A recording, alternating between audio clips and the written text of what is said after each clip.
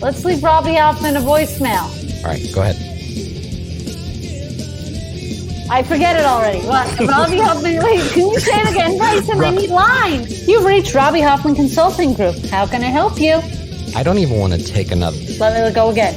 Okay, and speed. Stay in the queue, whoever's in the queue. I don't want to hear. I don't want to hear that I took too long to do my voicemail message. But I do have a trailer at the Lake of the Ozarks that we could go to whenever. We are a corporation now, and part of being a corporation is having corporate retreats. Corporate retreat, baby! You're right now. We are fishing. We will make the fish. We're dykes after all. Hey, Scarlett, what are you doing to me? Now you're calling me and I'm talking to you. He's got these stores out here called Trader Joe's. The lines are through the roof. I was there yesterday and I was on the, by the lemons. I saw these like strangers like connect and I walked down the pasta aisle. Right on the ground there, I see this really attractive couple just 69ing. No masks. I was with you the whole way there. I feel bad. I follow that road right into a wall. Yeah, that's on me. And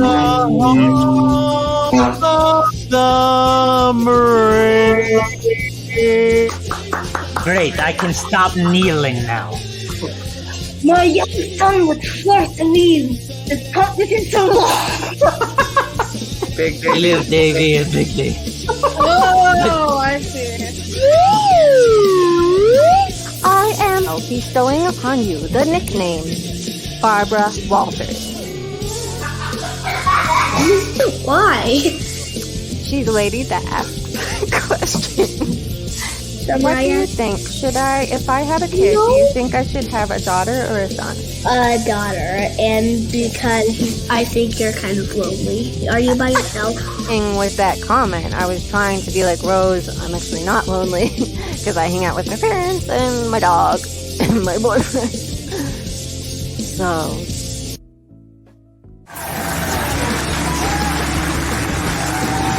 If they made it. Oh my God.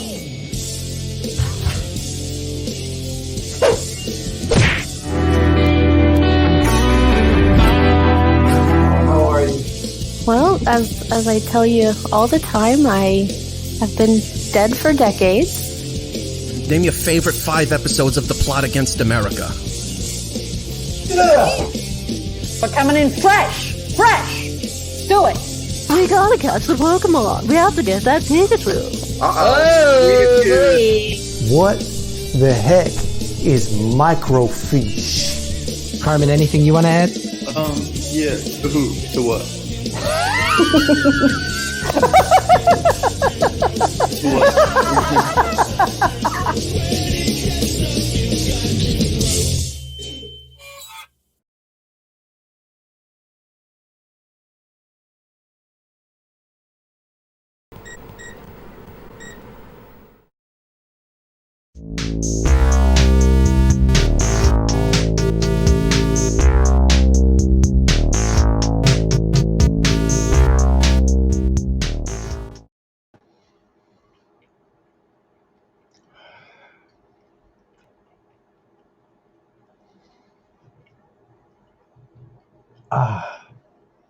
Finishing my last bite of sad oatmeal because it's time for a happy show.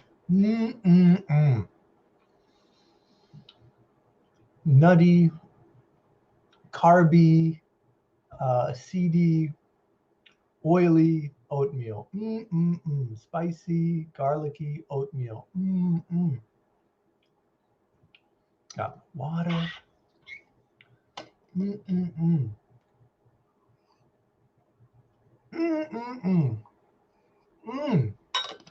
Yum. Everything is all set. Well, I take my deep breath and I move to the journal zone. The journal zone.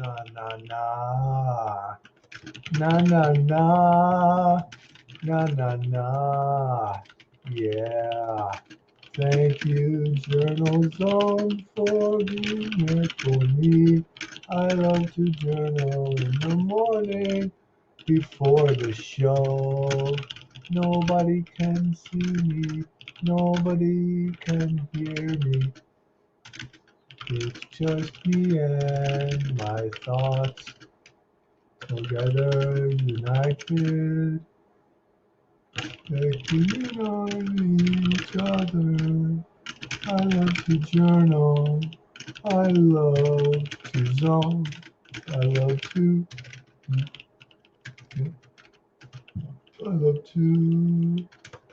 journal zone. Well, what's happening today, my good Jern, my good Riley, my little pal, my doodad, my bing bong, doodad, bebop, po, po, po, po. I'll tell you what, we're gonna have a show today. It's gonna be good. It's gonna be friendly. It's going to be nice. Once the show begins, what do you think we should do? Well, let's start with what we always do. Plug merch. Yes, they will love that. We'll keep it short, but we'll definitely do a good job doing that today.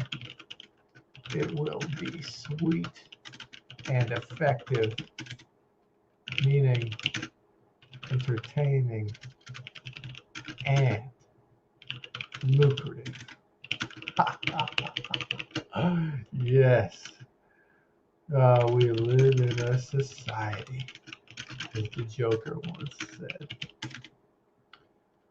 Well, anyway, what merch should we plug? My favorite shit. The t-shirts and the mug. Available now. Perfect to wear in the morning. Perfect to drink out of in the morning.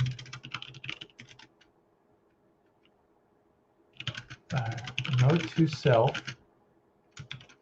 This whole journal is a note to self, but you get the idea. Note to self. Make sure you clarify that the shirt is for wearing and the mug is for drinking out of, not the other way around.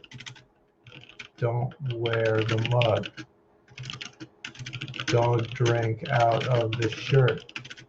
I guess you could filter your coffee grounds using the shirt, but that would probably ruin it. Using the shirt as a big tea bag, potentially less harmful to the fabric, but I don't recommend it. What are the shirts again? There's the Space Noodle shirt.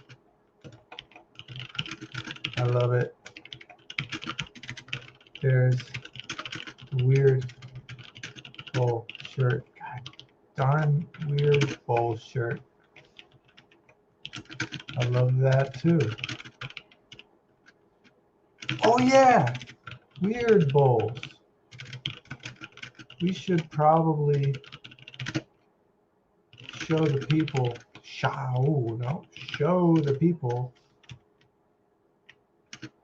what a Weird bowl is, so that weird bowls are celebrated and appreciated.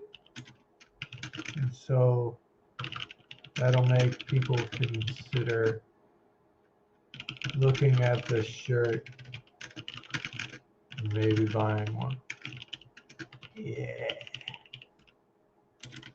That's a good plan. Wow, Riley. You're a real schemer today in the journal zone. You're all money. This isn't you. Well, it's a part of you. Okay. Let's not get too deep into self-analysis right now. That's not the point of today's show. Okay. Well, let's eat a weird bowl. What's in today's weird bowl? It's a delightful mix of mandarin orange sections, fresh, Snack Club crunchy peanuts, crunchy, spicy, little tart, and Omega mix, final trail mix. Omega mix, the final mix. Where did my cursor go? Oh, it's all the way over there. What's in Omega mix? Pistachio, cranberry, walnut, almond. Okay, time to try the weird bowl.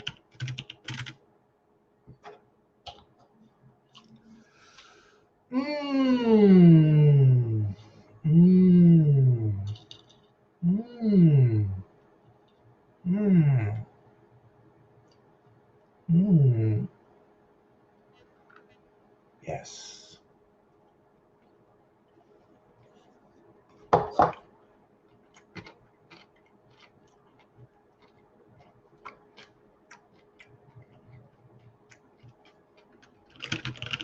Oh, yes. It's weird. It's weird. It's weird.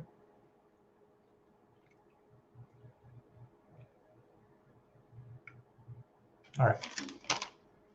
Oh, yeah. I was going to punch up some snack food copy, but I already... Oh, no. Did the show already start? Already starting? Have I been live for 15 minutes? Oh, fuck! This can't be. But it is. This is like a dream. Wake up, Riley. The show is going.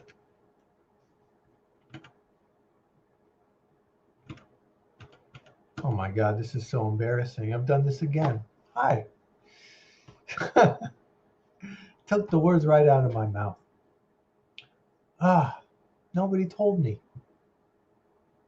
My gosh. Hi. Welcome to Googy Morning. My name is Riley. You are the beautiful, encouraging, talented, supportive, creative audience that watches the show. Thank you for being here. I'm just enjoying a nice weird bowl with some salty and fruity snacks in it. And we got a fun show today. We're going to go rogue today, but we're going to go rogue in a different kind of way. Normally when I go rogue, I go rogue with Elena, my wife. Eating a mandarin orange, little piece by piece. But Elena, she's busy. She's doing her own thing. Good for her. When the X-Meister goes rogue, he goes rogue just playing a game, right? I don't know too much about the X-Meister. He's mysterious. I guess he's a Texas Ranger now. Plant-based brekkie, Sammys, and Googy mugs. Yes. There we go. Get that animal-based breakfast out of here. Leave those chickens on the farm so they can tell you to wake up in the morning. Leave those pigs in the stable so they can happily roll around in all their slop. Don't eat horses. Don't eat cows. Don't eat rabbits. Eat plants now. Okay. I earned my orange segment. With a good little rhyme. Okay. I love an orange, don't you? I got a nice little message. And by the way, if you can message me too. Try not to check it as often, but you can message me on Instagram. If you don't follow me already, you can follow me at Riley Soliner on Instagram. And just, say hi. Or if you have an idea for the show or you want to do something for the show, open call. New friend of mine took it upon himself. Okay, yeah. This is my last orange segment, so I really got to. Okay, here we go. Someone messaged me a couple weeks ago to see if I wanted to play his game on my show. I took a look as if it were a book. The day has come to go. Rogue. Okay?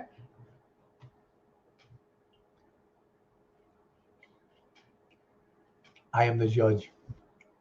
I am the jury. And according to that orange segment, I am the executioner. Anyway, we're going to go rogue today, but not alone. Because not only are we going to play a game made by someone who watches Googy Morning. I've never even touched this game before. I'm going to play it alongside the creator of the game so that we could talk about it. And if you like the game, you can download it too. You can check out his other games. Yeah, this is like it breaking new ground, pun intended, if you get it, for gaming on Googy Morning. I've never even seen this done on Twitch before. You never see people on Twitch playing the game alongside the creator of the game. Where have you ever seen that? This might be an exclusive scoop in the world of streaming. I hadn't thought of that till now. This might be what really puts us on the map on Twitch.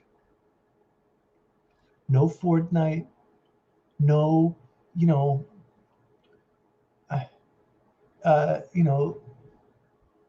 sexy people alluding to doing favors while they're just playing video games. That's what happens on Twitch, right? I don't spend any time on Twitch. I only assume things based on the general culture of the internet and screenshots. It's a trashy place, Maybe I'm telling on myself here. Because that's what pops up on my feed. So what am I searching? Okay. Anyway.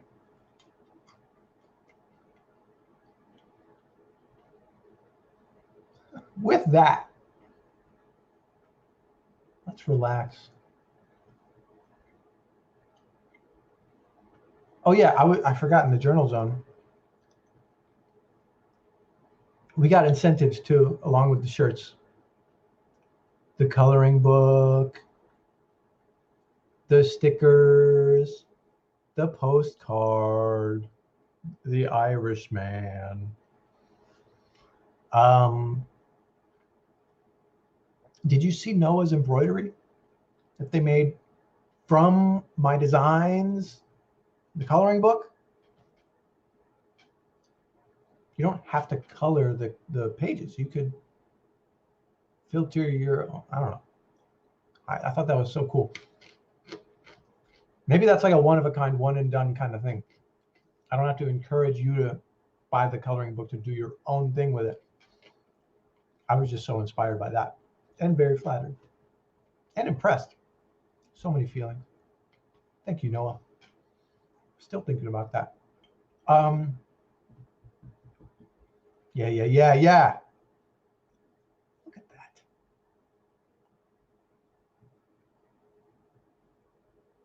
Happy. I like it that everyone in the chat is familiar with each other now. That's nice. That you're all friendly. What do we do with this nice little connection that we all share now? What do we do? Something must be done. Maybe not anytime soon. But I think it's really cool that there's like a group of regulars. And if you want to, be a part of that, speak up. It's what is the term for people on PlanetScum? Overly positive and sickeningly optimistic or something? It's better than calling your whole fan base losers. Remember that? That was a good move. I can't believe everyone was like, yeah, I am a loser. Yeah, this show rocks. Okay, we got a roast together show one day. Isn't that funny? Yeah, you know what? I watched this show and I like it a lot. I am a loser. Extremely, almost obscenely positive. I'd say that's like a little better. That's a little better.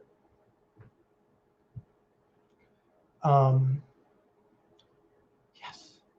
Finally, I have a name. I feel like I belong. I am a loser. Yes.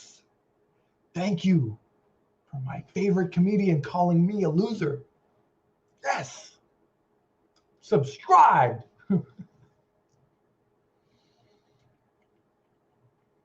I've roasted that show enough. I roasted that show live on the show enough. Okay. No more wasting time. This wasn't wasted time. This was some housekeeping. Grant, are you there? Googy Morning, Riley. Googy Morning, Grant. Thank you for inviting me. This was so cool. Thank you for reaching out. So briefly, you just contacted me on Instagram and were like, hey, maybe you want to play my game on a Going Rogue episode. Mm-hmm. Yeah, it was a shot in the dark. And, I've been a watcher of Planet Scum and your show and the George Lucas show for, since the pandemic hit. And it's been a huge source of inspiration and joy for me. So I really just wanted to see if I could be a part of it a little bit. Hell yeah. Appreciate it. Mm-hmm. Yeah. Excuse me. Right away, I thought it was so cool that you would first of all, that you made a game. You've made multiple games. I thought that was really cool. A few now, yeah. Yeah. And you and then you would just hand it out like that. So yeah, that's why I invited you on. I figured it would be cool to play alongside you. Absolutely, yeah. Yeah. And then, yeah, you have fans. You have people who like you, which is good. Mm-hmm. I like that too.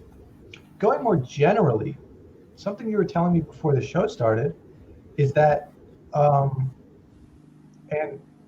of course, like I kind of knew, like logically this makes sense, but I never really thought about the fact that there's like an in-game developer community and a whole marketplace and its whole ecosystem. Do you want to talk about that a little bit? Yeah, I mean, I've kind of got foots in both worlds now because I work full time in game development and for companies, and then I also have been working on my own stuff for about 6 or 7 years now. Mm-hmm. But I got my start in Philadelphia with a really great community there. It used to be called the Philly Game Forge, and now it's called the Philly Dev Nights, or no, Philly Game Mechanics. That's what Philly Game Mechanics, and they're running all sorts of stuff still, even with the pandemic. And unfortunately, I'm down here in Raleigh, North Carolina now, so I'm a little further away from that tribe. Mm-hmm. But I think it's just super important for anyone who wants to get into games to find a community, whether that's virtually or in person down the road. It's super important. And is it like I'm picturing like an office building? No, it's a lot. It's actually the community I was a part of, I think, had major UCB vibes, I would say. Cool. Yes. Oh, and everything that came with it, let's say. The dingy basement. Yep. A lot of people kind of like who've been around forever, and you're like, what are they doing here? Yeah, it's like some of these people are professionals, but I don't even know what other people here could do professionally. They don't seem, there's definitely characters in those communities, which are great, but the building that we used to meet at weekly ended up burning to the ground shortly after everyone moved out of there. There was a huge fire, and it was like tragic, but like, yeah, that paints a picture, I think, of where we were meeting. But I think my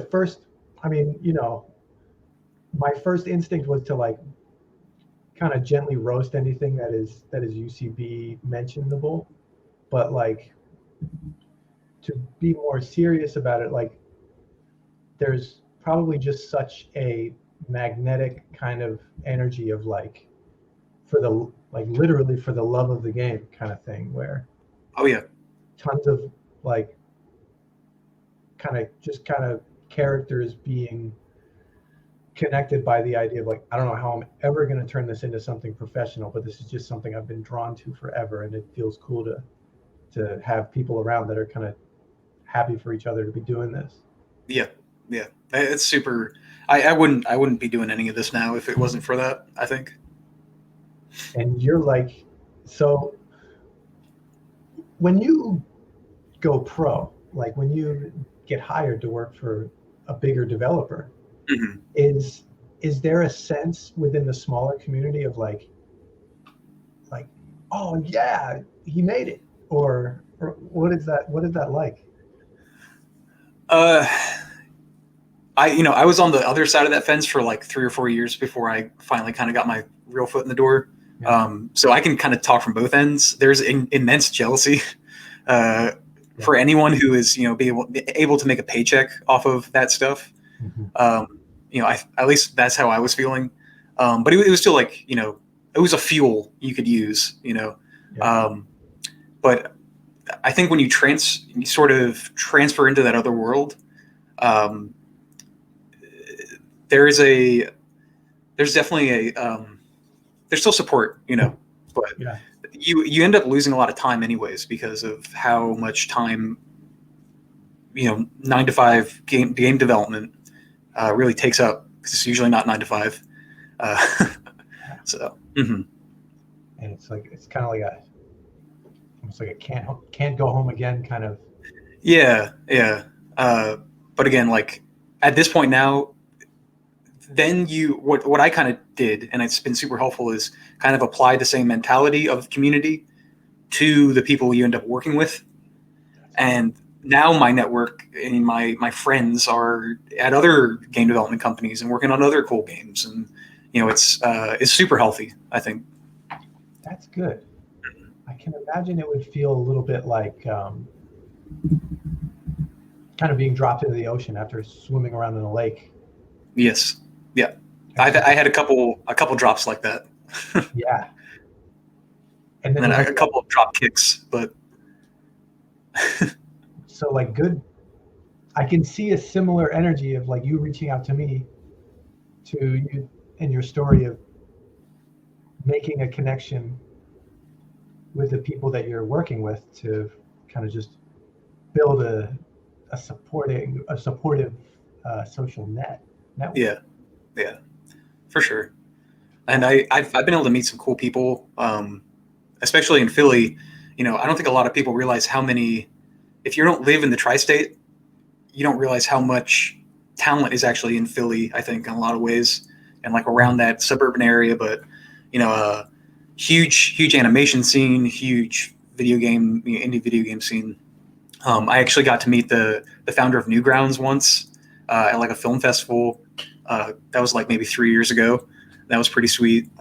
But there's a lot of cool stuff. I got when I actually went to school for animation in Philadelphia, and I got to see Eric Goldberg give a lecture. So the guy who animated the genie, I got to see him kind of talk and learn some of his like stories, and that was pretty sweet. Wow, that's really cool. Yeah, we were talking backstage about Newgrounds. Like I mentioned Newgrounds.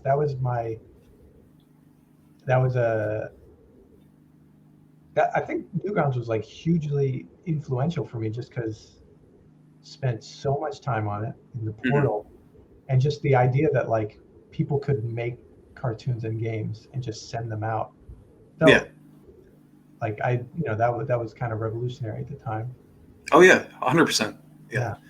And then I just kind of dropped off with that and started playing video games or watching TV or whatever. But like of course the whole like universe of independently making games and animations and putting them out on the internet just grew into this whole other thing now. Yeah. Separate or evolved thing. And I don't know, like you were influenced by Newgrounds as well. And then so there's a huge gap of time for me where it's like Newgrounds, and then I guess I moved more towards like a YouTube direction. And what were you doing when, like, did you stick with Newgrounds and then find a different platform for games and animation? Yeah, so I didn't start really considering releasing my own stuff until after I got out of art school. Dropped out of art school about 3 years in. So that was kind of like, but I actually, for a while, I was really a theater kid in high school. And funny enough, like I'd been in like on a stage since I was like 3 years old for a whole bunch of different stuff because of what my parents would do. So I had a background of like theater, and puppetry, even like a lot of puppetry growing up that I would do on stage for people, other people. Wait, we got to talk about this for a second. My dad is a pastor, and he was a children's pastor for like 20 years. So he thought it would be a great idea to have like his like 5-year-old son do like puppet characters. And so I did that and was actually pretty good at it. So like we would go to summer camps and like, so I grew up around like clowns and like Christian jugglers and like, all these like very Christian entertainment kind of folks. Like, and that was a huge, that put like a weird bug, I think, in my brain of like wanting to be involved in like, not necessarily showbiz, but like creating stuff and making people like kind of feel things. So that was I went from like that stuff to also loving video games. Like I knew I wanted to make games since I was like 12, but between there and here, it was like doing theater classes and like, going to art school for animation to like, I was like, well, if I can get good at animation, then I could probably get my way through into games. And that wasn't really exactly how it went, but I definitely consider myself an animator still. So it's, Yeah, it's been a crazy. It's been nuts, and I tell people if they want to get into games, they need to do like 7 years of hard labor before they can make any money. But it's like meticulous labor. yeah, Wow. Yeah. I what were the games that you would play and make you kind of confident and know that you wanted to do this? the first game that literally just like gobsmacked me and was like, okay, yeah, this is maybe something I want to do is the first BioShock. When I played that in middle school or high school, that was like, whoa, these are capital B big ideas, and that was really awesome. So I was born in like the early 90s, so like I don't have a ton of that retro history that I think a lot of people, even like a couple years older than I do, have. But yeah, that was a huge thing for me. Yeah, BioShock ruled. Yeah. Still, maybe I should play it again.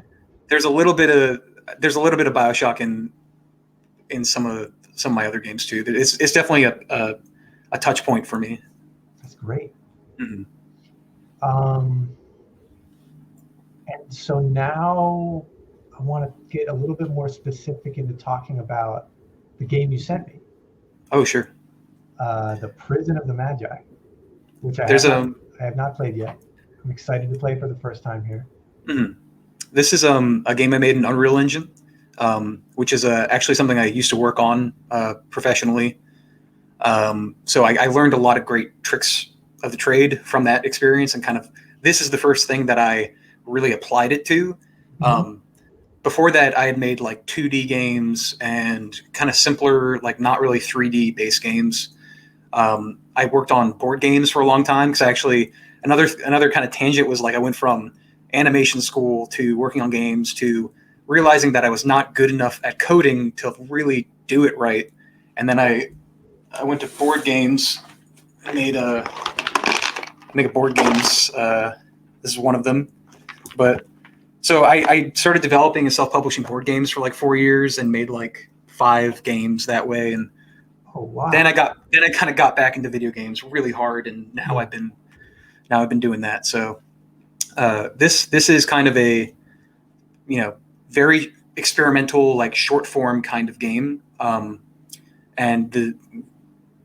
it's all kind of like atmosphere, and it's all kind of like trying to Willy Wonka house factory kind of horror house kind of thing going on. But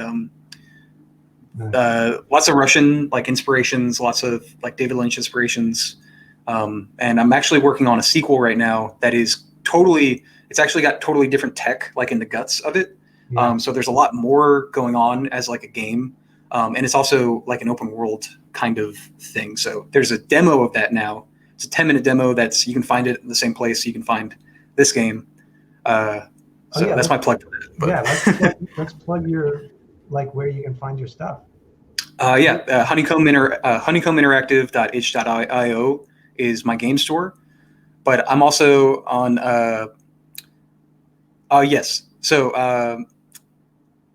the Honeycomb Interactive, but I'm also on Tabletop Simulator. That's a game for PC and Mac. I've got 4 games on there now that are my board games that I kind of converted to be like digital and like playable on that. Those are totally free. So I've got a lot of free stuff. I've got like a couple like $1 games, and that's kind of the balance I got right now. Right. Cool. You're doing it, man. I'm getting a question. I'm wondering if there are any content warnings that we should know about for the game. So there's a little bit of there are some bright lights. I wouldn't say it's like a lot of flashing. There's just a lot of brightness. Let's say there's a lot of brightness. Okay, cool. Not like a lot of quick movement though. Anyone with sensitivity to that? That's the warning. That's the content warning. And no, there shouldn't be any other trigger warnings or any. I try to keep my stuff fairly nice that way. Yeah. Not trying to shock jock anyone. Yeah, I downloaded your game and I'm new to PC, so it was like, we want to don't download this. For a second I was like, he's such a nice guy. Like, wouldn't this be like the perfect way to, like, if you wanted to hack me, you really could have in that moment. You could have sent me something really malicious and I would have fell for it so hard. I'm just like, no, screw them. It's a little spyware. Just slip under the rug. Nobody get any ideas, okay? The next time somebody reaches out to me for the show, I'll be on alert, and it's going to take a little bit more convincing to get me to download something. Grant's cool though, okay? All right. Cool.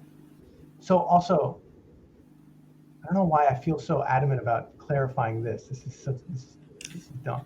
But like, you worked on the Unreal Engine, and for people who don't know what that is, that's like the digital architecture of the game. Yes. Yep. There's a game called Unreal Tournament. So it's used. The engine is used to make most games now.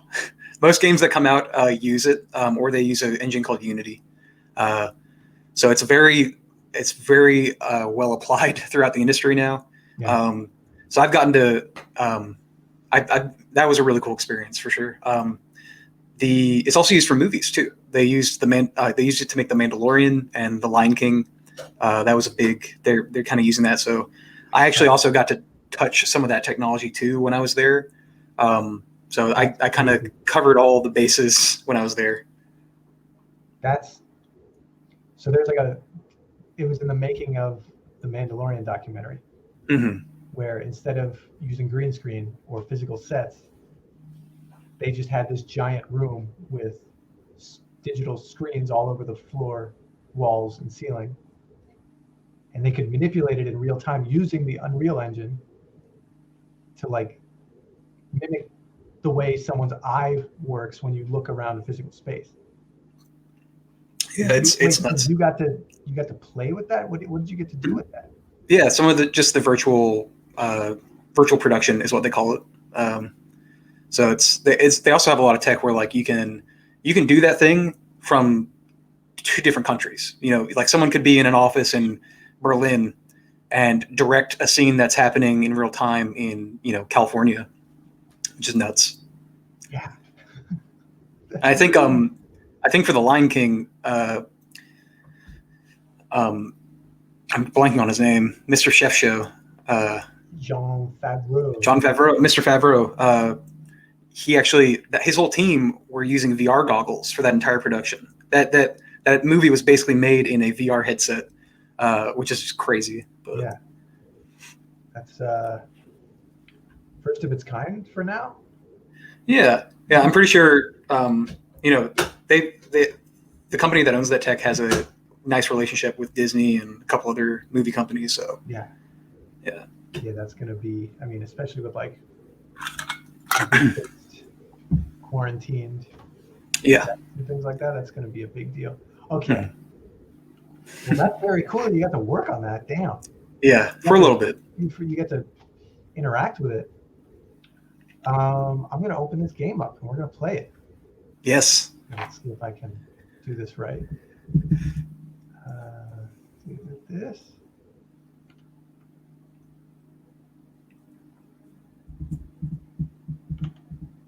Okay, I want to make sure. Nope, it hasn't popped up yet. Okay, let's see. Nice. Oh, there it is. All right. I would recommend hitting that start new game when you're ready to roll. What did you say? Oh, I'd recommend hitting start new game when you're ready to roll.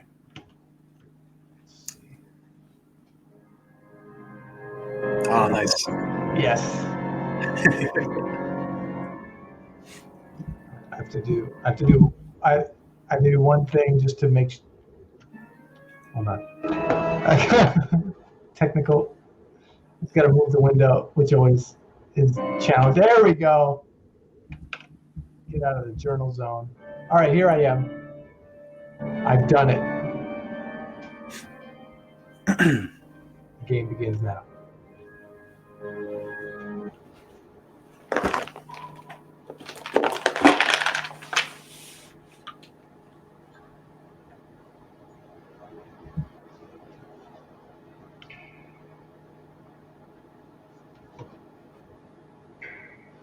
Oh, that was good.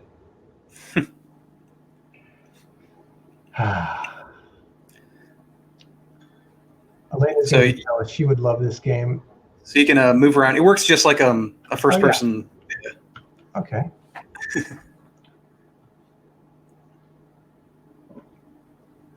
Ooh, okay. I can already tell. Like, I don't know. It's just considerate. You know, it's deliberate. You know. Yeah. I like it. Oh, I love that it's just a little mystery. Oh.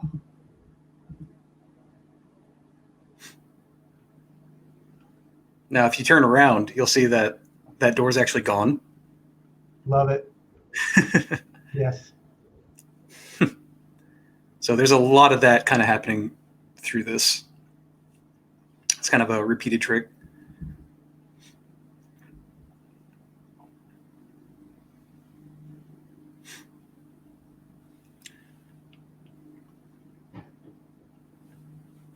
And so when you're making this, Mm-hmm. like, did you, like, I know it's not the right terminology, but like, do you sculpt this shape, or do you like pick this up from like a digital store that just has lamps available and you just kind of plug them in there? I'm a big fan of using the marketplace that Unreal Engine has.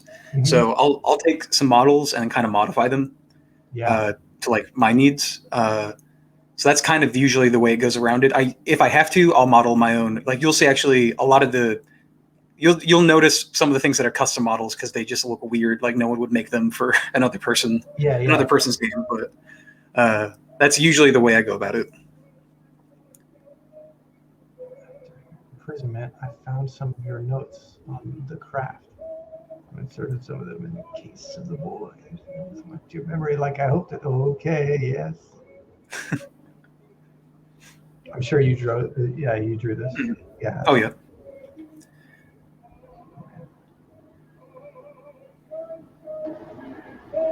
And you can't quite tell from when you were walking in, but that song that's playing gets like louder and louder as you get close. Mm-hmm. That's from one of my favorite animated shorts called Hen, His Wife, which is a Russian animated film from like 91. It's actually by the guy who ended up making Rugrats. But it's like this very freaky Russian animated short. I recommend it to everyone. Hen, His Wife, so good. So you mentioned you're like big into Russian art. Yeah, and folklore. It's something I'm like kind of actively diving into. And you have experience doing clowning stuff. Yeah, a little bit. Have you heard of Slava? No. Slava is like probably, I don't know if he's the world, like in history, the most famous, but like certainly today, he's the most famous Russian clown. And there's like a great, amazing tradition of Russian clowns. And I don't know. I would love to know what you think of. Like, I'll send you a documentary of. It's on YouTube, but it's I think National Geographic put out a documentary about Slava, and he has this snow show that he does. And, I got to see that show live. It was the best. I think the best show ever. You would love it. It's very Russian clown. Nice. I'd love to know what you think about clowns in the Russian tradition. That sounds great. I'm looking at this chalice right now. It calls to those in need of rest, like a good chalice does. Within the deepest darkness well of sleep and cosmos. Damn! Don't trust this power. Okay, I'm getting the ominous vibes of all these objects. The eye, the chalice. I wanted to front load some of this stuff, basically, but. Burning hand to king. Your headedness. Protect me, psyche for short. Grow. Hawk or dove feathers, sugar. Crow, hawk, or dove. Okay. Yes. Shout out to Tony Hawk. We all love Tony Hawk here on Going Rogue. All right. We got the coin of balance. empirical coin will not work. Only metals. Yeah, I'm not going to remember any of this, but I'm sure that the clues will come back to me once I interact with the objects. It's mostly flavor. It's cool. It's like you got a good flavor going. I really enjoy it. And your illustration style, just everything fits together very nicely. Thank you. Yeah, I kind of wanted to do like ink prints. So I used to do that actually in art school for one class, and that was so much fun doing like the wood prints and copper prints. Yeah. Yeah, I've had a little. Yeah, that's what I did. That's how I did my postcards. Nice. I do a rubber stamp, but it's so fun to carve them. Mm-hmm. We got a pine cone. Damn. So did you draw these using carvings, or did you draw them just inspired by your? Yeah, just inspired by it. These are just like ink on paper. Yeah. Yes.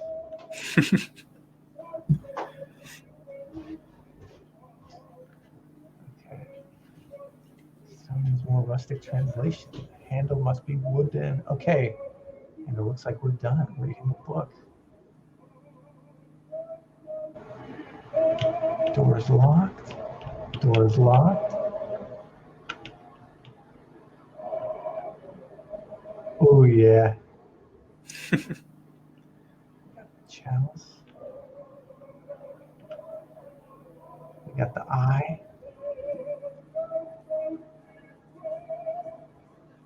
Now there's 2 doors. Yes. You can decide which to go through. Oh, man. Gotta go with left. Oh boy. Oh, no.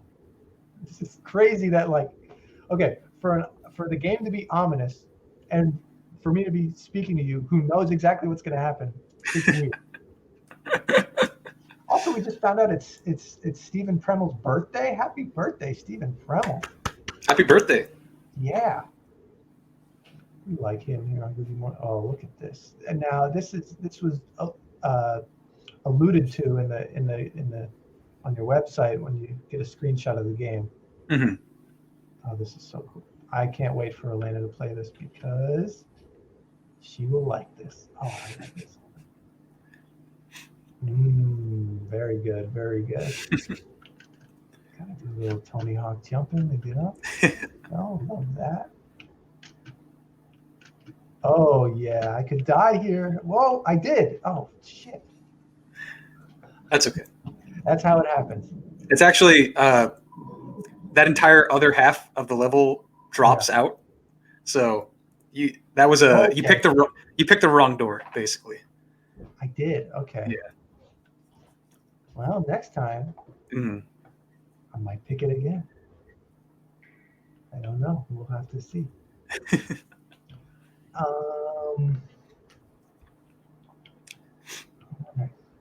Now, this would, I don't know if this is intentional because it is cool and moody, or if it's just my computer struggling to gain its bearings on what's going on. But I don't know. I think my computer is just slower. Yeah, it's not the most optimized game. It also, I'm just not used to the, I think just streaming is a demanding thing. I'm new to it. Oh, sure. Yeah, that's definitely a big part of it. Okay. Oh, I can close the door too. Wait a minute. Oh, wait.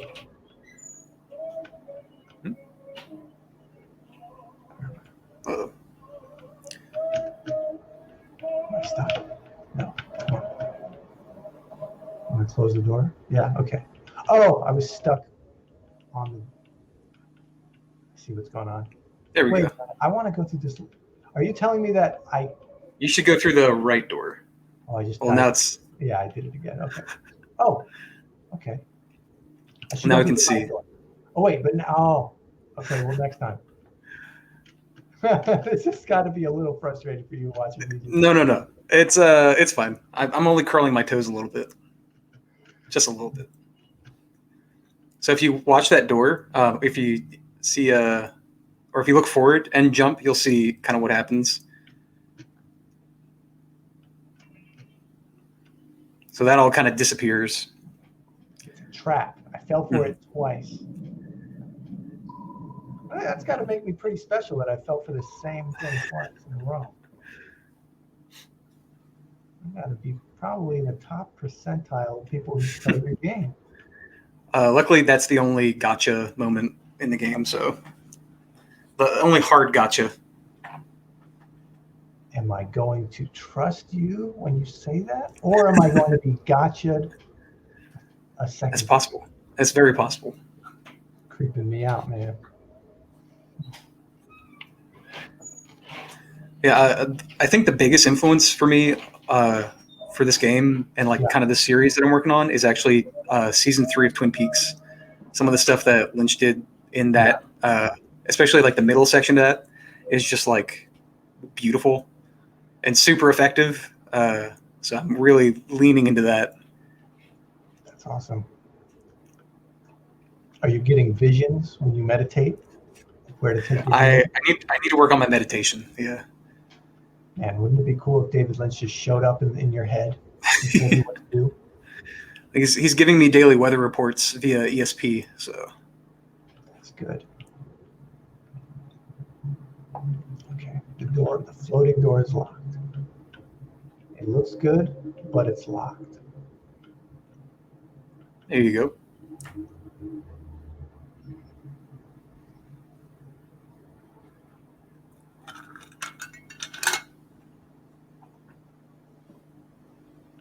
It's a little spooky. It's a little ominous, but it's not like sinister, you know? I like that.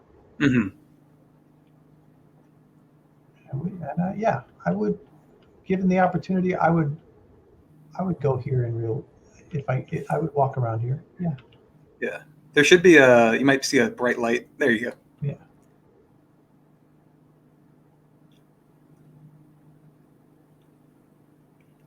Yeah, I definitely was trying to go for just like keeping the tension high without too many spikes, just like a general high note.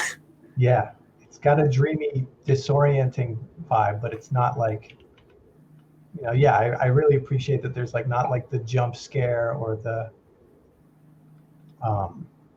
mainly jump scare. is the thing it's not attractive, but this is so good. Thank you. We're not quite getting some of the sound audio, but you'll have to folks at home will have to check out the game themselves to hear some of that stuff. Yeah, I haven't figured out yet how to, like, I'm just playing it through my speakers, which is only a little bit picking up on the mic, but that's all good. I want to play through this again with my headphones sometime. What was that about? Oh, you're good. I'm good. Okay. Oh yes, we are. And the this game is $1 on the store. However, the demo for the sequel is free right now.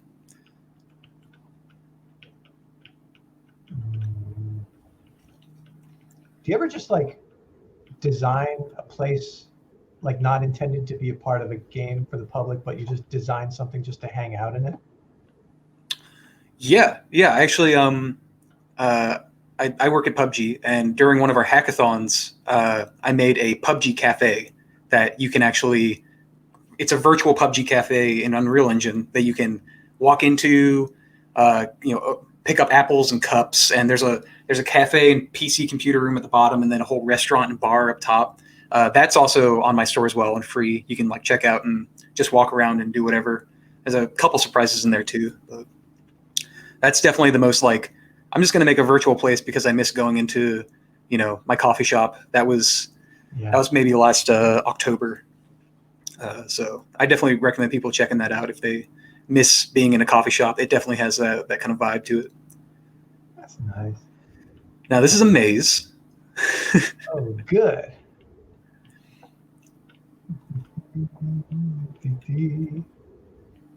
And the fun part about this maze is that the walls close in behind you sometimes. So you might see that once in a while. Another thing that I tried to do with this space is if there are actually in a couple sections, there's portholes that you can kind of look out of to see like the outside. Mm-hmm. Things don't exist in that. Like, so if you look out there, if you were to go and walk around onto the left side or the right side, like in that maze, there's more maze over there. You just can't see it from this porthole. This makes you think you're at the edge, but you're not. Exactly. Yeah. So there's a few windows like that, and that was super hard to pull off, actually. Wow. But because I really love the idea of things existing where they shouldn't, or things not existing where they should. I think is really like fascinating. Like hammer space. Yes. Yeah. Pulling stuff out of nowhere. Or things, things being bigger on the inside than the outside. Love that. Mm-hmm. Anything. Mary Poppins bag, the tents in Harry Potter, all those. Got it. It was great. The TARDIS. Yeah, the TARDIS. I was gonna say the Doctor Who telephone. Oh yeah. I don't watch Doctor Who. TARDIS is they're like the robots that they fight. Oh yeah. Really showing my intellect here, my knowledge of. Oh wow. Okay. So I will give one hint. There is a key for a door in this maze. So you will need to find the key before you find the door. Oh, and I just found a wall that closed in on me, I think. Or I just ran into a wall, either one. And there is the key has an audio source, and the door has an audio source. So you can kind of start to sense that out. Okay, yeah, this is good.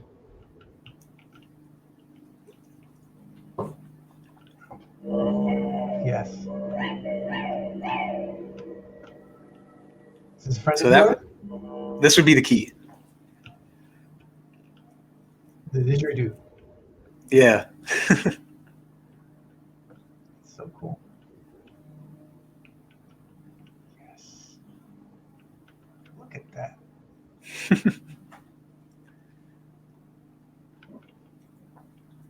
It's the radio playing a didgeridoo. That's good. I love it.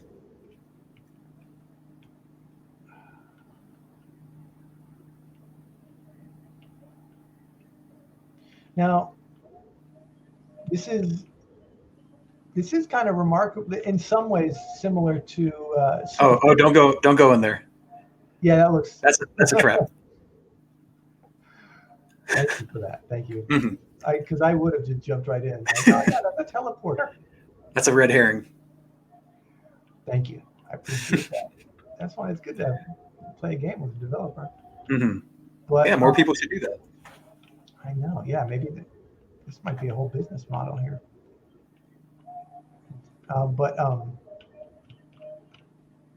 This game, in some ways, how do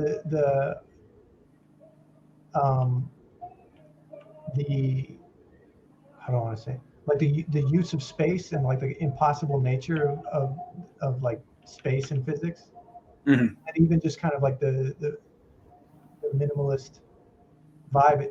It's similar to Superliminal. Yeah. Just to the layman's eye, to my experience. Absolutely, yeah. And I don't know. How do you feel? What do you think when you see a game like that is so similar to something that you've worked on? I will say that I've had ideas get stolen from me out of the ether many times. Many. Because I started working on design docs for games when I was in art school, it was 2014, 2013. And what's a design doc? Just sign a document to list gameplay ideas for a game, themes, whatever. But I've had stuff just things that I've written down years before end up in other people's games, just because of the way ideas work. So it's been a lot of stuff like that over the past few years. That's why I always get anxious. If I get an idea and I know I want to do something, I get panicked because I was I got to do it before anyone else does. Sure. So that's when the obsessive compulsive disorder kind of kicks in. Yeah.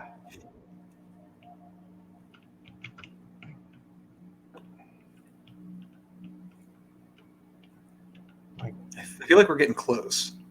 If you as long as the audio's getting louder, we should be. I forgot to listen to the music. Okay, yeah. I'll go back to where the music was playing. Yeah, Superliminal's great. I think there's just like so much that's still left to be done with like 3D games.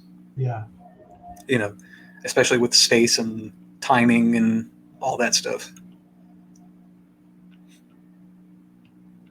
Yeah, that's what was so attractive about the game, was like the imaginative, like just like a recontextualizing of like, okay, we've played enough games where the physics are just kind of a given, and like, what if we take the most basic thing about a game and just kind of subvert it? Yeah. And the first section of this game, this first like couple minutes, it was kind of like a David Lynch, like hit the brain at the same time, like that ABC of like being in the dark room and opening up to that long hallway, and that hallway being a weird kind of Dutch angle, Willy Wonka hallway. Like that was in the idea day one, and I actually storyboarded that before I started working on the game. So there was a little bit of precognition there. That's cool. Oh, I'm so turned around. I know it's like, go on already, but I don't think I'm good at mazes. I think this is proof. Well, if you always turn right, you'll find the end of a maze. Say no more. Except if you're at the beginning of a maze, you'll always find the end of a maze. But if you turn right, oh yeah, like I'm so turned around with this. I would maybe go. Oh yeah, as long as I'm not too much help here because I can't hear the audio. But I'm back to where I found the coin. Excellent. Oh, wait. Now here we go. I'm hearing both. Okay, and you wait. So this is like in stereo. So like if I. Yeah, it's locational based. Yeah. Okay.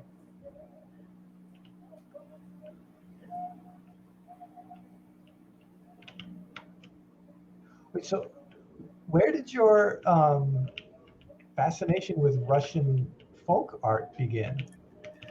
I just think it's a really. Sorry, I'll let you speak. I just think it's a really fascinating culture, because it was in that kind of time capsule of a place for so long before like it interacted with the rest of the world, in a lot of ways. But I also really love like Russian literature, like the Brothers Karamazov. I like love that book. I just think it's just a really foreign way of thinking about things. I just, as someone who grew up in the Mid-Atlantic, South America, in the Mid-Atlantic and South of America, those ideas and that mentality, it's like 100% different, Yeah. I hear it. Maybe you left here, or back one and then left. Yeah. Let's see. Oh.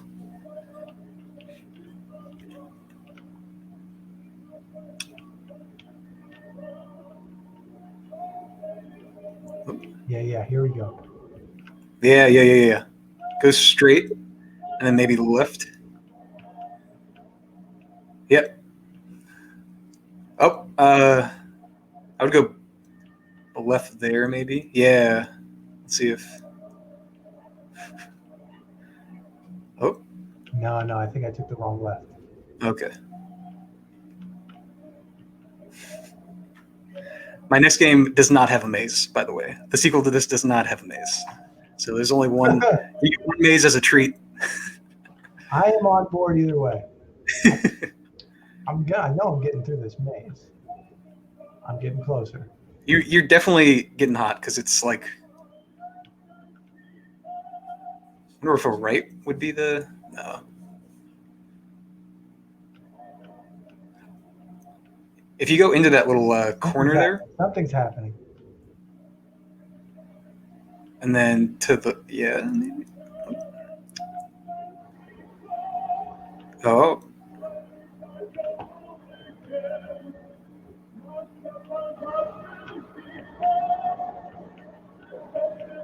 feel like it's around this area. Maybe if you go up those stairs. I like that you're not even sure anymore. Yeah, now I'm kind of in the middle of it. This is actually tomorrow's the 1-year birthday for this game, so it's been a little while since I played it, but Okay. The game and Stephen Premmel. wow. Birthdays this weekend.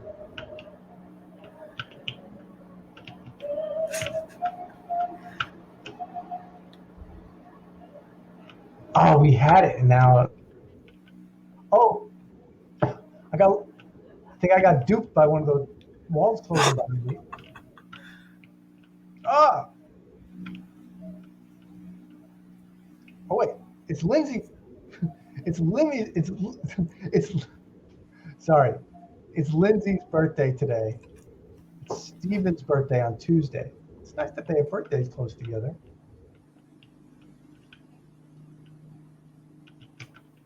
If you see one of those like traps, maybe just jump in it, and we'll start from the start of the maze. That'll actually put you at the start of the maze. So it's a trap and a please help button at the same time. Okay. Damn. I wanted to do so good. I've seen it beaten, so I know it is beatable, but that's the trick to making games. Sometimes you got to make sure you can beat your own game, and I've definitely been in a couple situations where it's difficult to do that. Yeah, did you make an unbeatable game just so we would have to talk for longer? Maybe. So I would hook a left here. Okay. I'm gonna visualize my brain what I remember of this maze map being. So take a left there, and just like skirt left, I guess, for a little bit.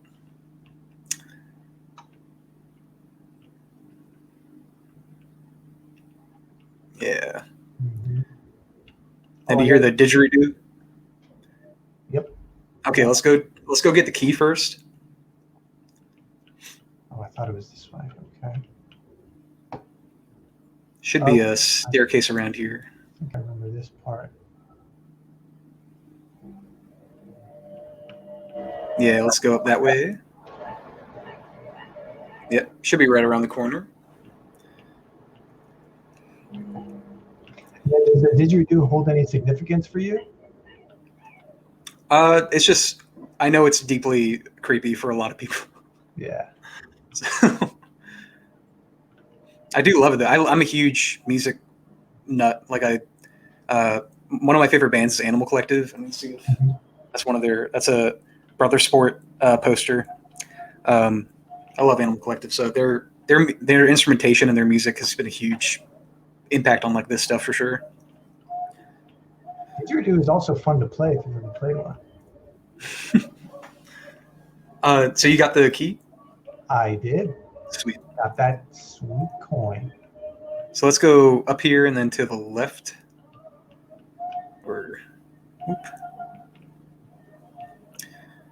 Yeah, and then instead of go forward and see what's on the other side of the staircase. Nothing there. Okay.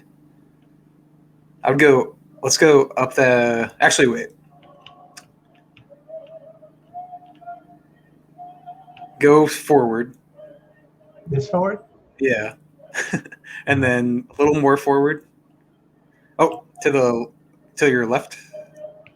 And I think that's a dead end. Oh, maybe not. Oh, that is a dead end. Okay. But I know where we are. I on the. I got that there. So let's go left here. Let's see. Live television. All right. I know, I mean, it's been a year. I don't expect you to know a maze after a year. Yeah. Oh, I think that might be. Yeah. Yeah. Warmer because the voice is getting louder on the left now. That's good. That's exactly what we want. Yeah. And then a left here. That's blocked. I would take those stairs.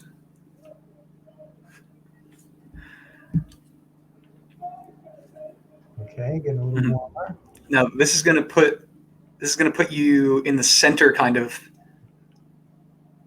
I think.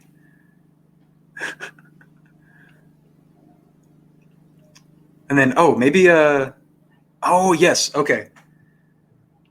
To your left side, I think is maybe where you're hearing the audio still. I'm hearing a didgeridoo again. Oh. Let's take the staircase to your right. Okay. Oh wait, no, wait. Turn around to your left. That long hallway to your far left. Like in there. Yeah, let's see what's over there.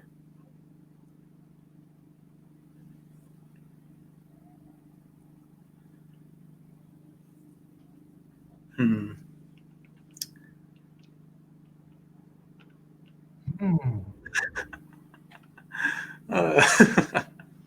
Okay.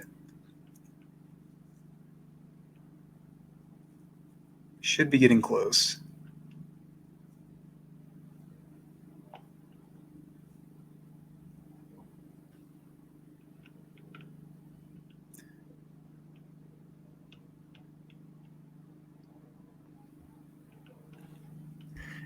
So this maze took me a long time, actually. Yeah. Each panel, each wall chunk, I kind of hand place. So just imagine hand placing all those kind of wood walls and floors, and then kind of working out like the Legos at that point. Yeah, 100%. And I'd kind of drafted what it would look like already, like in Photoshop, kind of the floor plan and all that stuff, and just figuring out the ways to mess with the player was kind of the hard part. And again, getting that kind of like fake space working. Yeah. What's like a very rudimentary example of fake space? Like, I guess the windows. The windows is fake space. Yeah, that's kind of the big thing, and then the doors. Yeah, so for the maze, I kind of just drew a flat image, kind of like the map you would get going to like a corn maze kind of thing. Looked pretty much like that. I actually posted the original design of it. I posted on Instagram the other day, but I try to plan out as much as I can before I actually start working, like in an engine. Should I start again? I'm going to start again. Okay. Because I'll tell you what, though, if you go right and you keep going right, you will find the door, and maybe that's the best way to. We'll find the door, and then we'll go back, get the key, and try to get back to the door. Oh, okay.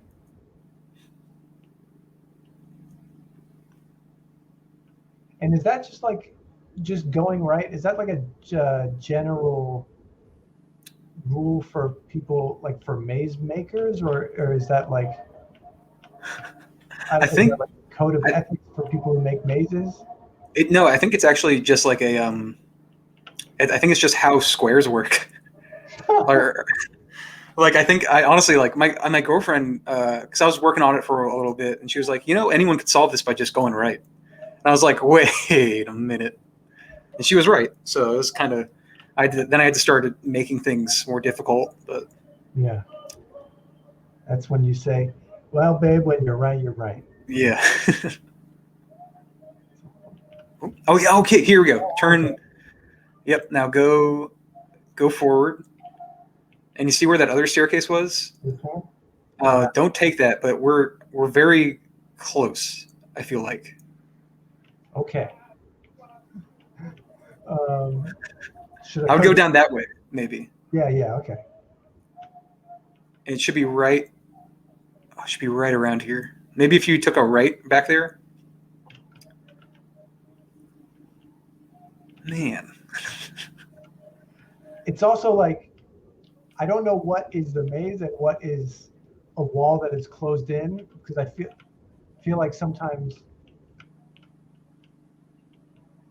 I'm doing like a double take at things and they're different.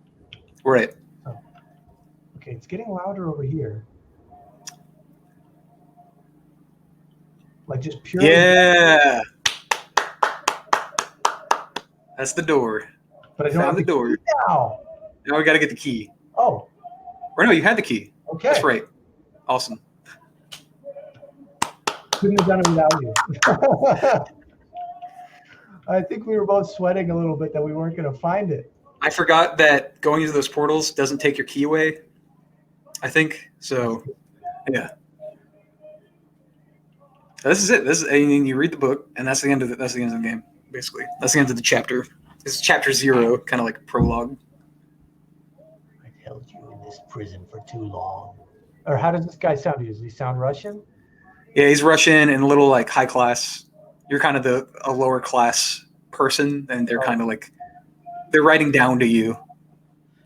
I don't know what a high class or a Russian. I don't know the difference between a high class and a low class Russian accent. One has like vodka on its breath, and the other one has like a fine gin, probably. Okay. Mm-hmm. So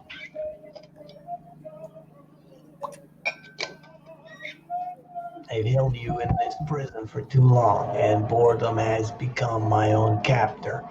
If you can find the heart of the labyrinth, I will give you freedom. Although you revolt, cost me dearly. I take great pleasure in watching an imposter like you struggle. Rely on the tenets of the craft to light your way. Prove to me that you deserve this second chance. Nothing in the void is what it seems. And we are not alone here. Magi, Zebulon, the third. Well done. I love That's how there's not even like you're literally just like hanging out in that maze until you turn the game off. Okay, well. What is just some magic orbs, you know? Orbs, love it. I'm excited to see more of this. I enjoy the vibe. You know? Thank you. Yeah. It's cool. You did a good job here. And the follow up, like I said, I'm working on it. I'm kind of working on a couple of different things right now, but I managed to get like a solid 10 to 15 minute demo out a couple weeks ago or a week ago for this sequel. Yeah. And it does have the sequel has a lot of the same vibes, but like I said, it's actually very different, like night and day kind of difference between what's happening. Mm-hmm. But a lot of the same vibes. It's going to have the same kind of narrative going into it. A lot of the same like audio kind of things. But I really recommend people. It's a little graphic intensive, so it does look a lot prettier than this does, but kind of at the cost. So if you have a PC that has a graphics card in it, you should be able to run it. But you probably can't play it on like a toaster yet. Yeah. Not yet. Not yet. That's cool though. How often does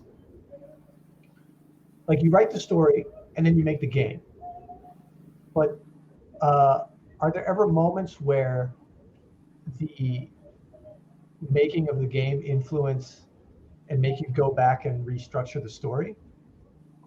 Yeah. For me, I try to keep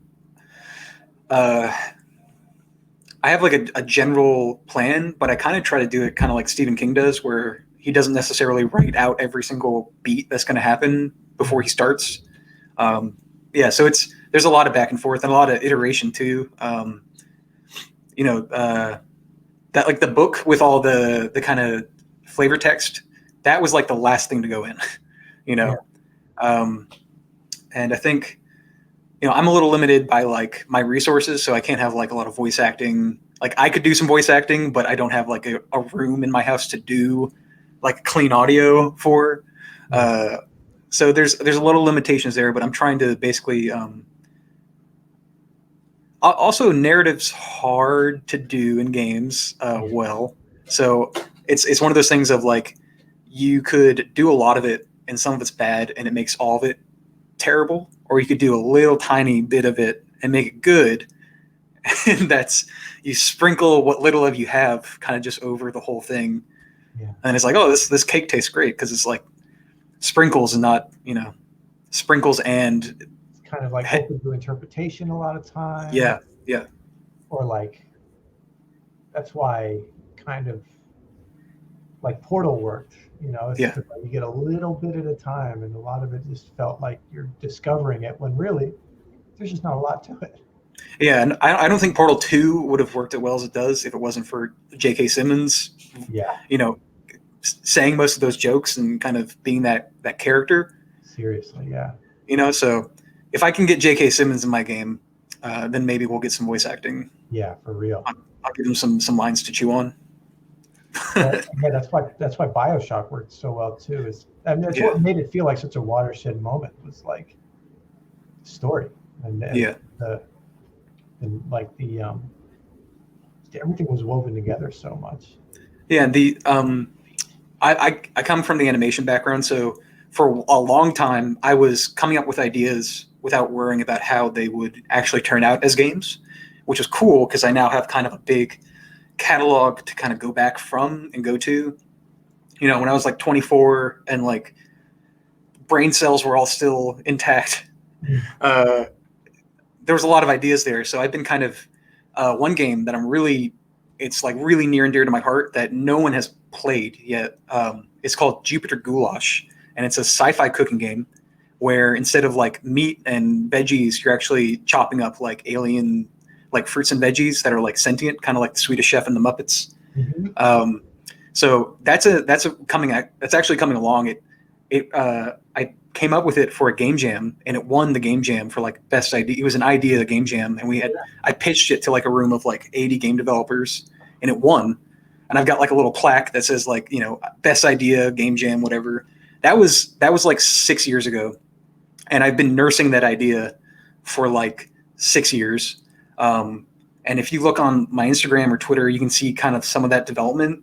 But recently, I kind of got back into it after I finished this new demo for this series, and then jumped into that cooking game, and it's looking sweet. So there's that stuff, and then I'm working on a game for the George Lucas show voluntarily called Watto's Motto, and it's a 2D side-scrolling game where you play as Watto, and Goo and Grogizmo has been stolen, and you have to get them back. So it's a very simple side-scrolling game, but I'm having a lot of fun making like pixel art Rubens and Taco Bell Pepsi cups and all that stuff. It's really fun. So you can also see some of that on my Twitter and Instagram as I'm working on that. That's going to be actually playable for like people. That'll be up on my store in probably a month or so, because I'm kind of just doing the art assets for it. The game, I'm kind of doing an art flip of a game I made a couple of years ago for it, with maybe a little extra spice and sauce in there, but it's going to have a ton of gags and inside jokes from the show, and I'm really excited for that. Is this a scoop? It might be a scoop. Yeah, I only just started working on it last week. So on its own game, I feel great. Yeah, the Watto's Motto is a real thing. It's going to be lighting up. I'm actually working right now. I'm working really hard to get some of my older games playable on Mac and like mobile. So that's in the process, but hopefully this Watto's Motto thing will be available on a PC computer and a Mac computer, because I know we got a lot of different computers in the community. But yeah. Well, tell the people where they can, like, you have your Instagram, you have your Twitter, and you have your marketplace.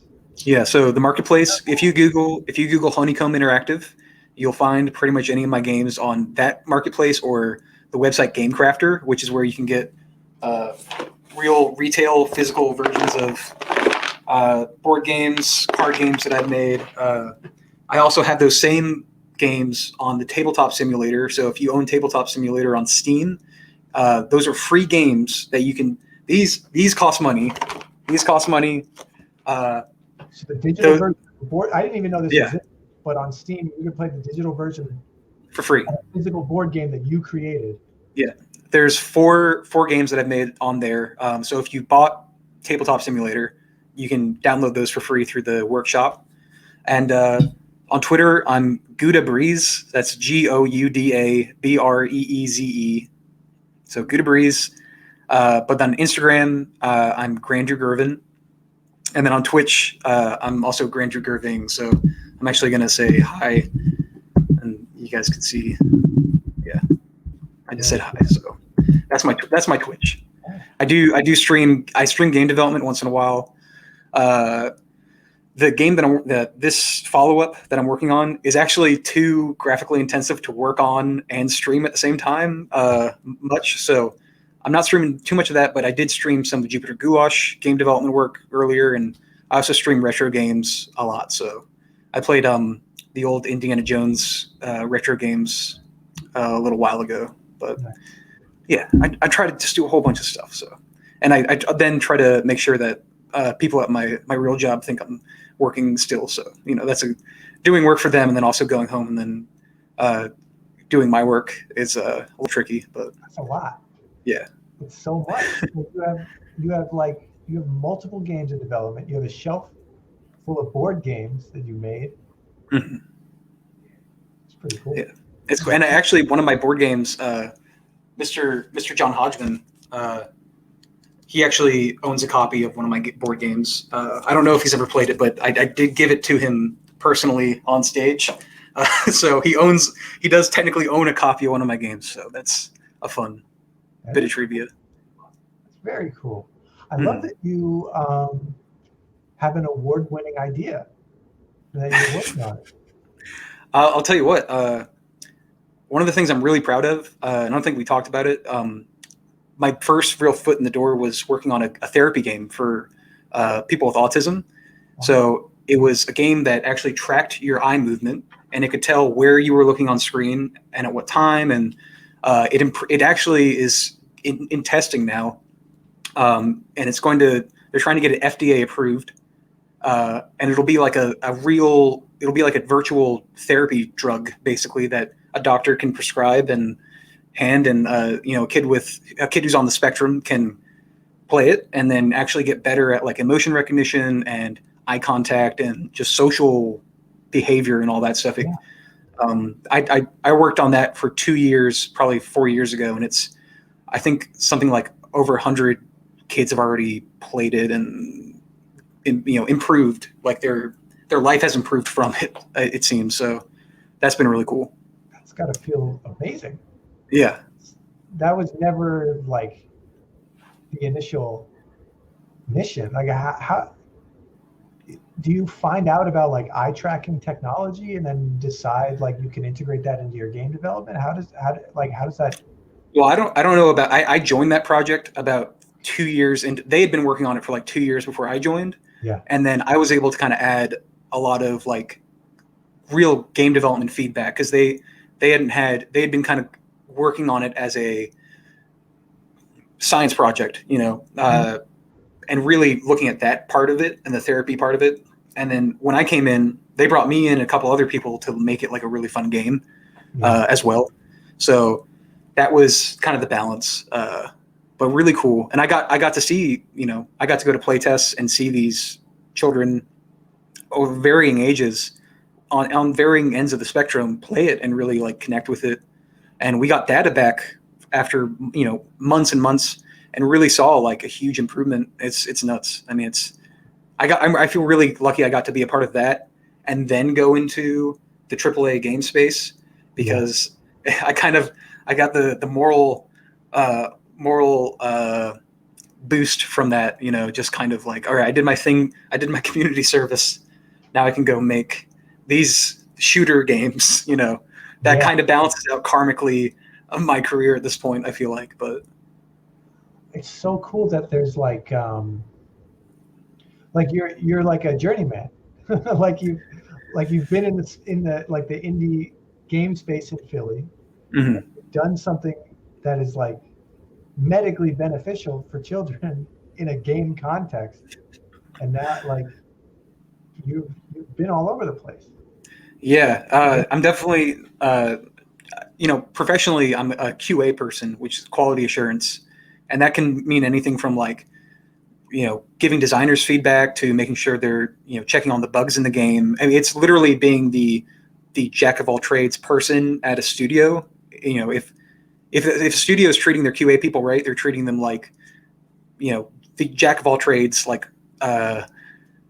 something between like a car mechanic and like an associate designer almost. Like there is a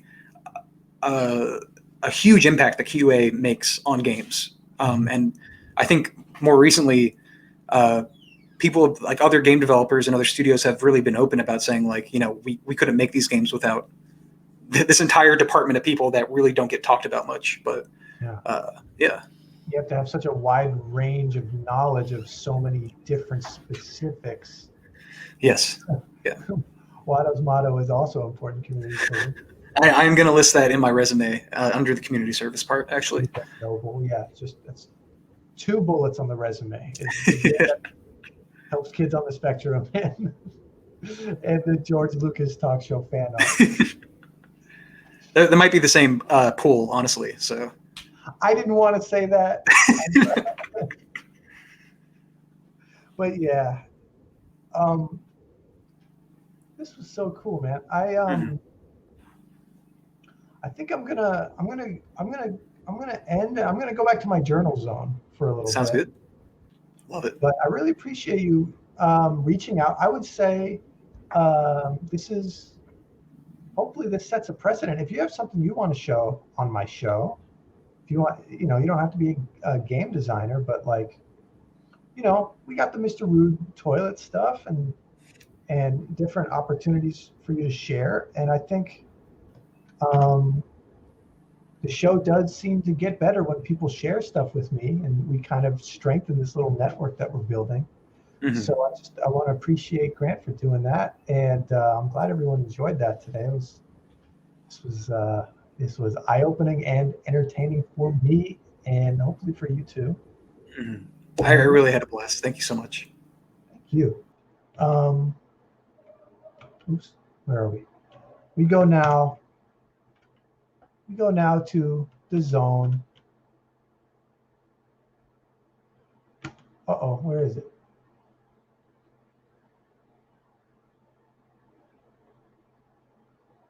I'm in the zone. Oh, here we are.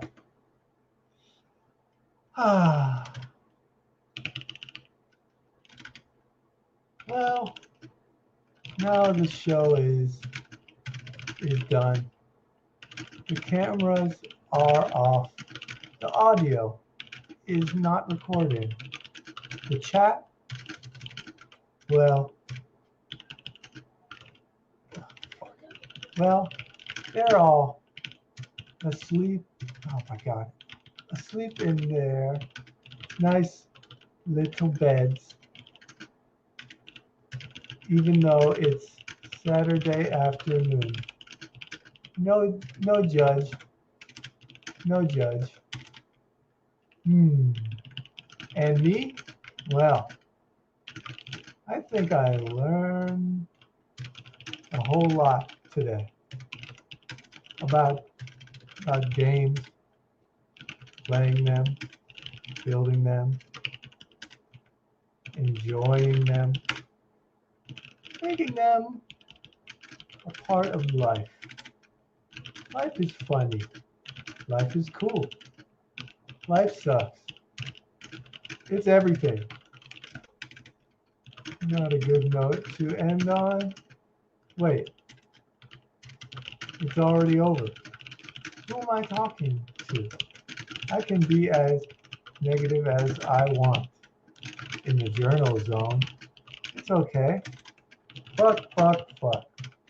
Right? No. Let's be positive. Oh yeah, something else I meant to do. Some good old snack food copy rewrite. Too bad the show's over. They would have loved this. Today's snack copy. The back of the Snack Club Crunchy Peanut Bag. Oh yes.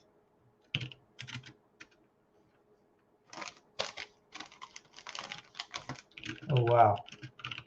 There's a lot of copy on the back of this bag. Here it is. Here it is. Not like I have much else to do today. So,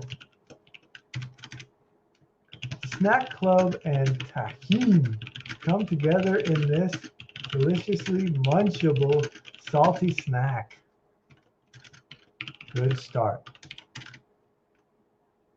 First, our peanuts are covered in a blissful batter. What? Next, they're oil baked. Wait, no, they're oil roasted.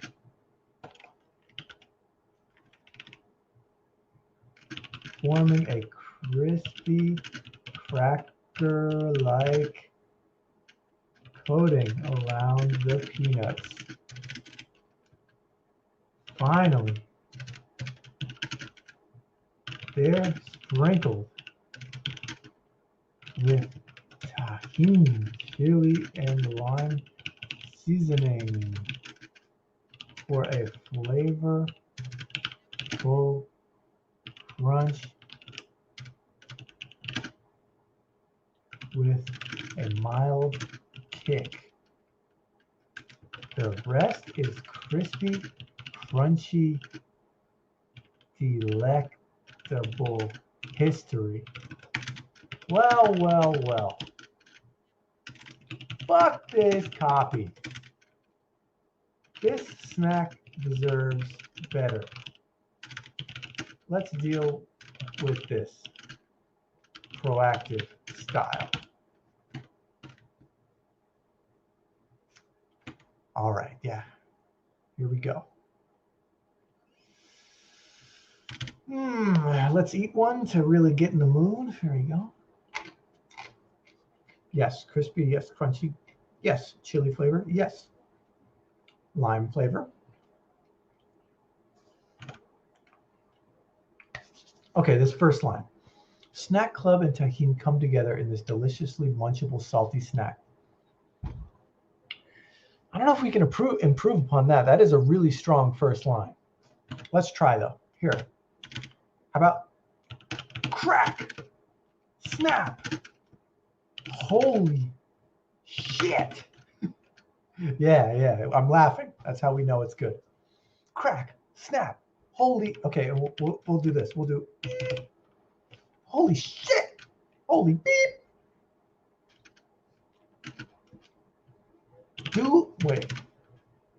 Do I believe what I am tasting? Okay, now look. Here's the thing about snack food copy. Oftentimes it is written in second person. I'm talking to you. You must taste this snack. You must try it. Not often enough. Maybe not ever. This is how we're going to innovate. The copy must be written in the first person. So when you pick it up, you're not, and you read it out loud, you're not reading to someone else. You're reading what you'll be saying when you eat it. So, yes, the snack speaks for itself. So we got here, crack, snap, holy beep. Do I believe what I am tasting? Could it be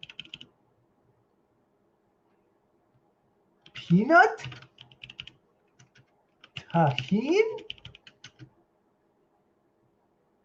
Yes. But liberal use of ellipses. Not just for texts from your parents anymore. There, that's a separate slogan here. Let me put liberal use of ellipses. Not just for parent texts from your parents anymore. There. I mean, that's my next t-shirt right there. Okay. Anyway. Crack, snap, holy beep. Do I believe what I am tasting? Could it be peanut? Repetitive. Could it be tahini? Yes, but something else is going on, and it's taking this snack experience to a whole new level. Okay, so that's the beginning. That's the intro. Next.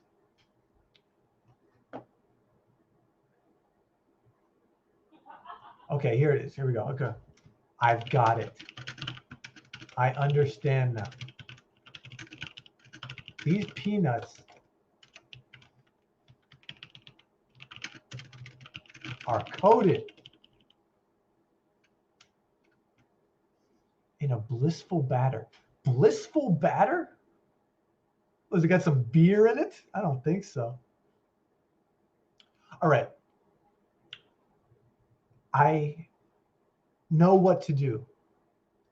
We need a new technology. Blissful batter. The new technology is this. The copy that I'm writing right now is going to be printed on the bag, with the original copy printed on a sticker placed over the copy that can be peeled off. In fact, there will be a corner of the sticker that says peel here. Rip, and you read the new copy after reading the old copy.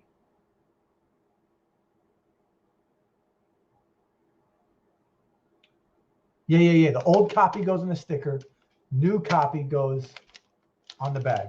So this can start with, no. Okay, yeah, this is good. Okay, so you read the old copy, right? Mama, munchable salty snack, which is a good start. Admittedly, that is a good start. Read the new copy after you finish the snack.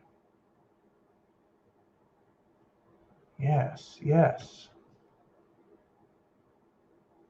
Experienced game developer. I should listen to him because he knows what he's talking about, because he develops these types of experiences for people. Okay. Stay strong, stay focused. Crack, snap, holy beep. Do I believe what I am tasting? Could it be peanut? Could it be tahini? Yes, but something, gotta fix this. I think ing is my most, that's what trips me up the most with typos, is I put the G before the N. Can anyone relate to that? Anyway. Thank you, trash people. Yes, I agree. Narrative art. That's what we're doing here. Crack, snap, holy beep. Do I believe what I'm tasting? Could it be peanut? Could it be tahini? Yes, but something else is going on. And it's taking this snack experience to a whole new level. I mean, should there be another sticker? Should we peel second layer? Yeah. I've got it. I understand now. These peanuts are coated, not in a blissful batter, but a batter of bliss, a batter of hope, a batter of corn.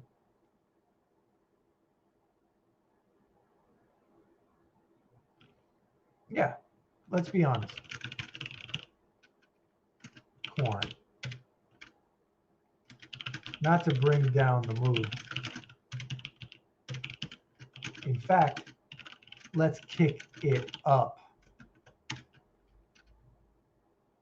No more bullshit.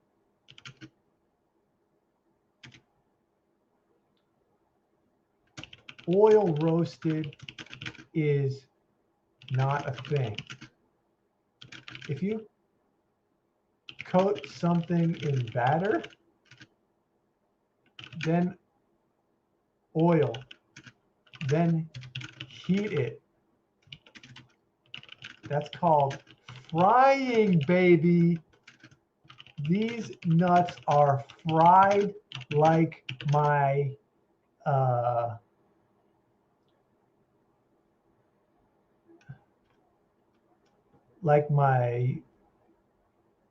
right, well, sorry to the children reading this, but I gotta be honest.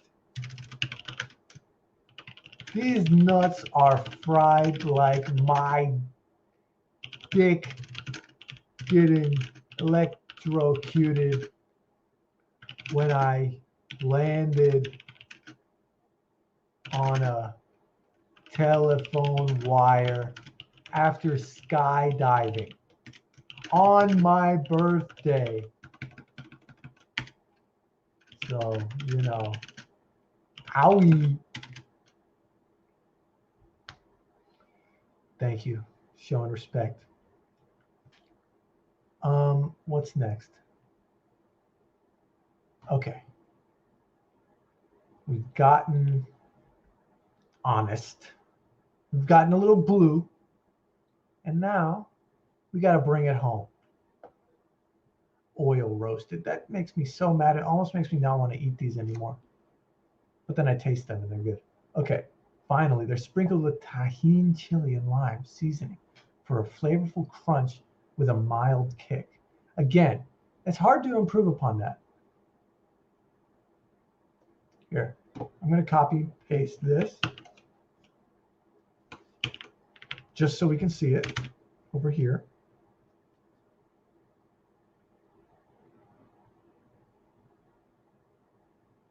This is important. We got to stick the landing here, especially since we may have lost some people talking about my dick being electrocuted.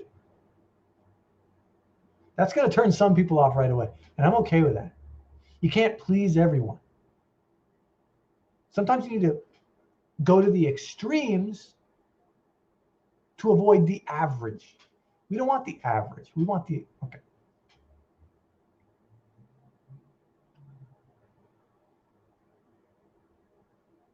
Put what in the highlight reel?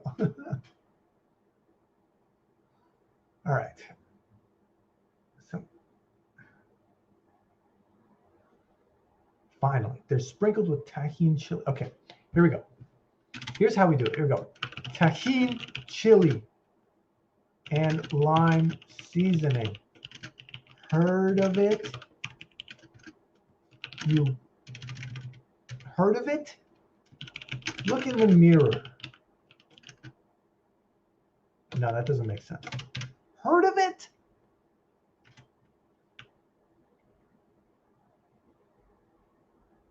If you haven't, I pity you. I thank you. I love you. Get this snack in your face or suffer.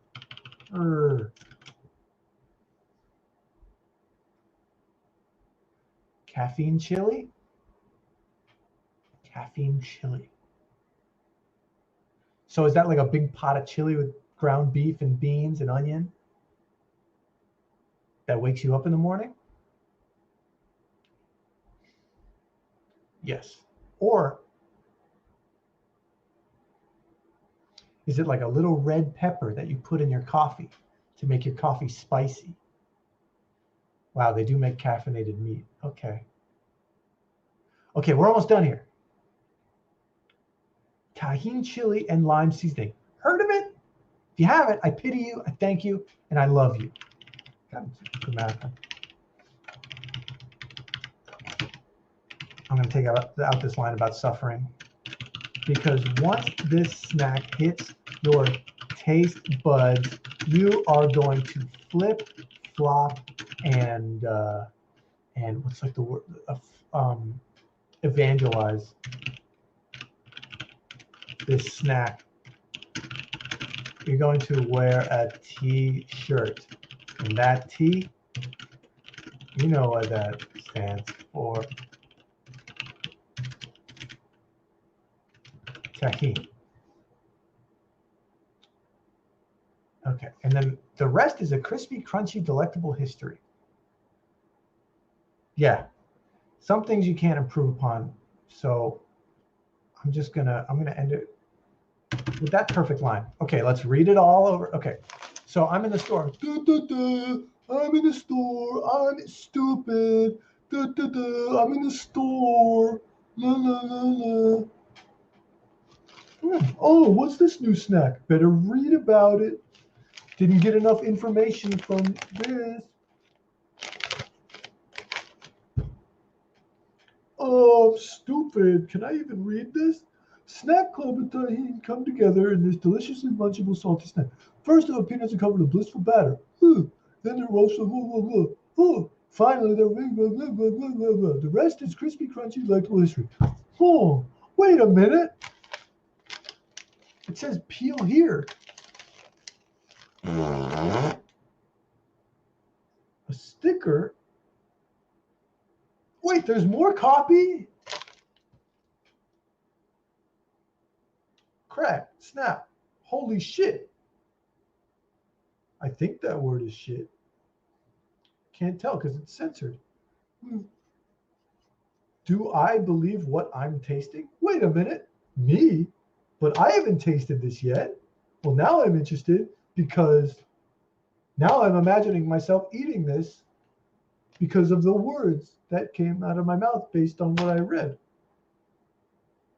I think this is, I already want to buy this, but I got to keep reading because my questions aren't answered yet. Could it be peanut? Could it be tahini? Yes. Oh, good. But what? Something else is going on. And it's taking this snack experience to a whole new level. What the hell could that mean? That was inconclusive. Wait a minute. This whole thing was another sticker. I've got it. I do? How could I get it when oh, it's because I read it. I understand now. I do? Oh, we've already been over this. These peanuts are coated, not in a blissful batter. Why did it say blissful batter on the other sticker then? But a batter of bliss, a batter of hope, a batter of corn. Let's be honest, corn. Oh, I appreciate it when brands are honest with me. I like knowing that there's corn in the batter. Not to bring down the mood. In fact, let's kick it up. Okay, I'll follow you wherever you go, Snack Club. No more bullshit. Yeah, no more bullshit. That speaks to me. Oil roasted is not a thing. If you coat something in batter, then oil, then heat it. That's called frying, baby. These nuts are fried like my, sorry to the children reading this, but I got to be honest. These nuts are fried like my dick getting electrocuted when I landed on a telephone wire after skydiving on my birthday. So, you know, owie. How did this snack know that that happened to me on my birthday? Whoa. Tahini chili and lime seasoning. Heard of it? Yeah, but only recently. Because if you haven't, I pity you. I thank you and I love you. Wait, who am I speaking to when I say that? I was speaking about myself, and now am I speaking to the bag? Because once the snack hits your taste, okay. Sorry to break character. We got to fix this real quick. There we go. Because once the snack hits my taste buds, you are going to flip, flop, and evangelize this snack. You're going to wear a t-shirt. And that T, you know what that stands for. Tahini. The rest is crispy, crunchy, delectable history. So after I eat the snack, you're going to enjoy it so much that you're going to wear a t-shirt with the Tahini brand on it. Well, I got to try it. Okay, scene. And that's how it's done, baby. Baby.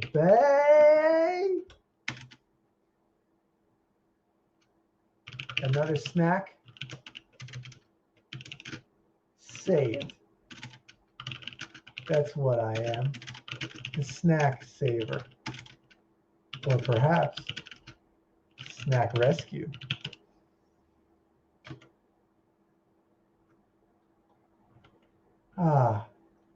Now I can rest in total immersive darkness. Yep. I am like a bat. Or a vampire. No, let's go back. Wait a minute, the show has been going on this whole time? All right, that's embarrassing.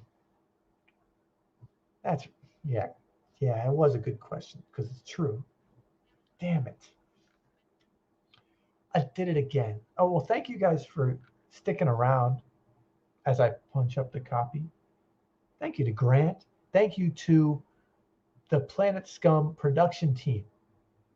Jess and Forrest today were here to help me out with everything. Appreciate them. And you know what? If you want to help keep the lights on at Planet Scum, we got t-shirts, we got mugs, we have postcards, we have stickers, we have coloring books. If someone out there really wants to watch The Irishman with us, hey, throw us a weird amount of money, $1,500. But yeah, Googy Morning it's here for me, it's here for you. Helps me connect to you guys. I appreciate y'all being positive, patient, creative, giving, cool. And I hope you have a lovely weekend. Take care. I'll see you next week with something else. Appreciate you. Bye-bye.